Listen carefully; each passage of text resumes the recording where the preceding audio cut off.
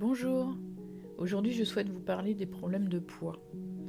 J'entends beaucoup trop de personnes qui ne se sentent pas accueillies, ni même reconnues, même parfois dans des milieux médicalisés. Ils se sentent parfois condamnés, jugés, et ils entendent souvent les mêmes choses. Arrêtez de manger, vous mangez trop gras, vous mangez trop sucré. Alors que ce sont des gens qui vont toujours vous répondre la même chose. Mais je mange presque rien, ou je fais attention à ce que je mange, ou les petites quantités que je mange, je ne comprends pas pourquoi je grossis. Eh bien oui, tout cela est normal, puisque le vrai problème, ce n'est pas l'alimentation. Depuis plusieurs années, je me suis spécialisée dans les troubles du comportement alimentaire en parallèle de ma formation de thérapeute.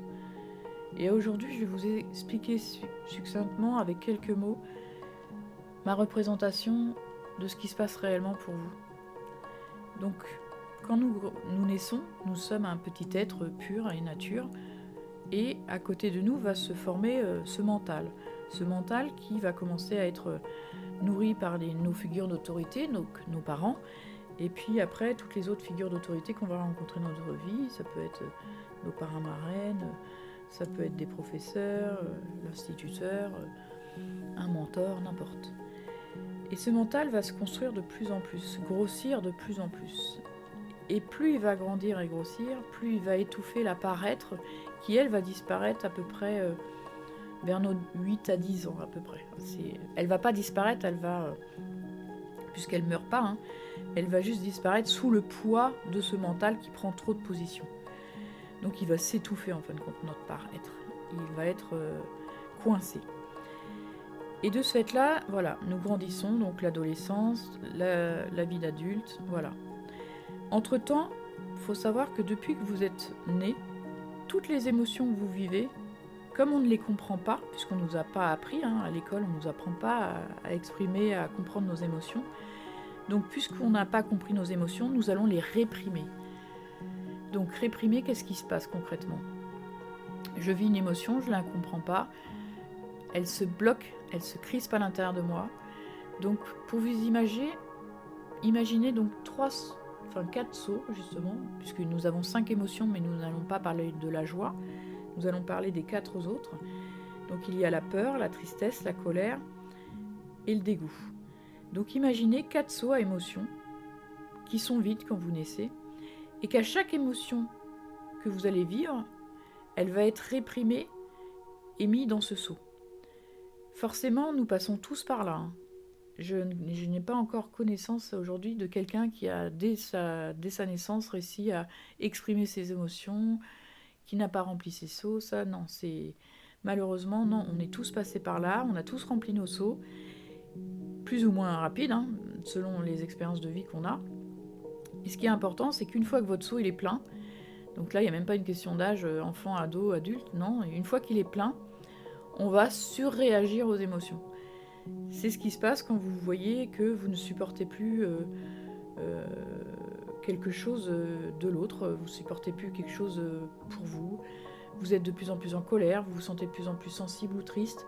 Voilà, quand vous sentez que vous surréagissez aux émotions, c'est signe que votre seau il est plein.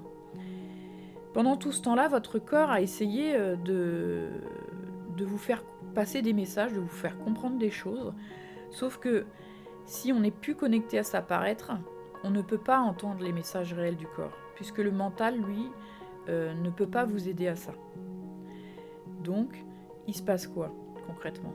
Il se passe que mes sauts à émotions sont pleins, je ne peux pas me connecter à ma part-être, je n'entends pas les messages de mon corps qui me signalent qu'il est en souffrance, et à un moment donné, il faut que moi, je trouve un substitut, quelque chose d'extérieur à moi, pour m'apaiser. D'où viennent les addictions, hein, quelles qu'elles soient. Sauf que là, nous sommes en train de parler des problèmes de poids. Donc, le sujet qui va se sentir, qui va sentir qu'en fin de compte, quand il a mangé un peu de sucré ou un peu de gras, selon les tempéraments, ou alors la façon dont il va avoir mangé, peut-être qu'il va avoir mangé trop ce jour-là, si à un moment donné, on en exprime du plaisir, si on sent qu'on s'apaise, et on va identifier que ça nous fait du bien. Donc, à partir de ce moment-là, on va, comme si on transportait le problème, on va automatiquement penser, bien sûr c'est dans l'inconscient, que le fait de l'alimentation va apaiser quelque chose qui fait qu'on a mal à l'intérieur de nous. Bien sûr c'est faux, et en même temps ça a quand même une réaction d'un soulagement, de quelque chose qui nous a procuré un peu de plaisir, qui nous a apaisé un peu. Et comme on est à la recherche vraiment de quelque chose de calme, qui peut nous amener du calme, du bien-être, de la paix à l'intérieur, si on associe que le comportement alimentaire va nous apporter cela, eh bien ça y est, la roue infernale va commencer. Nous allons nous mettre dans un mécanisme où instinctivement nous allons avoir des gestes qui vont aller vers l'alimentation pour pouvoir soulager nos maux MAUX à l'intérieur de notre corps. Voilà. Je voulais vous faire savoir déjà dans un premier temps le début de ce fonctionnement-là. J'espère que vous m'avez compris. J'espère que cela va commencer à vous aider à comprendre que vous n'êtes pas le vrai responsable de ce qui se passe. C'est simplement comme un instinct de vouloir se faire du bien, de vouloir s'apaiser sans avoir d'explication. Si vous n'êtes pas conscient que vous êtes pris dans un piège, vous ne pouvez pas vous en défaire, et bien là c'est pareil. J'espère que cette explication va vous permettre de mieux comprendre déjà dans un premier temps ce qui se passe pour vous, et j'hésiterai pas à revenir vers vous, à vous continuer ce genre de vidéo pour vous expliquer sur différents thèmes et différentes sensations avec des mots assez simples pour que tout le monde puisse se reconnaître. Voilà, donc n'hésitez pas à me laisser des commentaires, des questions, et je ne manquerai pas d'y répondre.